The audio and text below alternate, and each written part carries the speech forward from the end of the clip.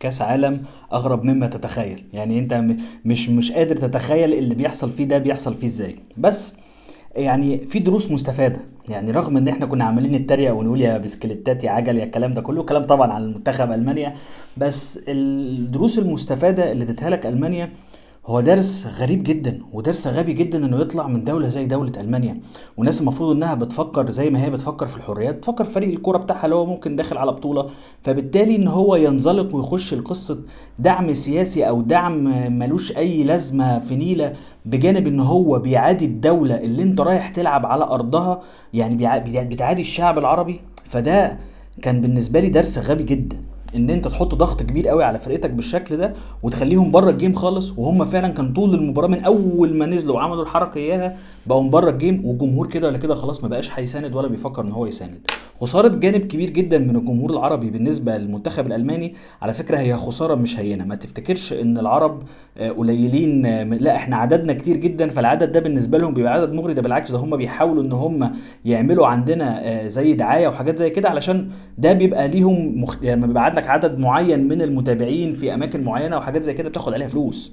ده بالنسبه للناس اللعيبه الكبيره والكلام ده كله لما تيجي تتعاقد مع اعلان ولا حاجه بيبقى كلام مختلف.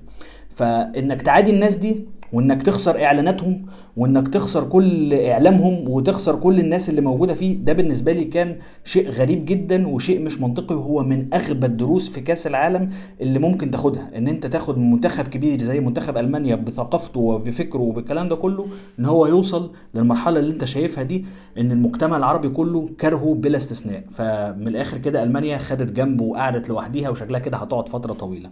عكس الدرس اللي اداهولنا ميسي، ان ميسي كان رافع الضغوط عن الفرقه خالص لدرجه الفرقه كانت متراخيه جدا وخسرت من قدام السعوديه في مباراه احنا بنفخر بيها كلنا كعرب.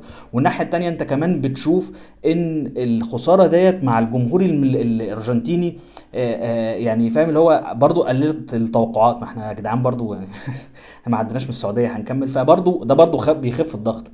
مع الدربكه اللي بتحصل مع الحوارات دي كله انا لسه برضو ستيل متوقع ان شاء الله باذن الله يكون النهائي ما بين ميسي ورونالدو، وميسي اللي ياخده في النهايه. برضو انت عايز رونالدو انتحر، اتمنى اللي انت عايزه يعني. بس انا شايف ان ميسي ما ينفعش ان هو يخرج من البطوله المعكوكه دي من غير ما ياخدها. يعني هو الاقرب من وجهه نظري في الوقت الحالي، برغم الاداء اللي احنا شفناه من المنتخب الالماني السيء جدا اللي خرج خروج مشرف بالنسبه لنا ان انت خرجته اصلا. يعني ليه؟ لان لما تخسر توقع ان انت متوقع المانيا تبقى اول مجموعه واسبانيا تبقى تاني مجموعه فيطلع مكانها بعد الالمانيا عملته دوت اليابان، ف 100 فل و10. ده احلى خساره توقع في الدنيا، ده مفيش احلى من كده.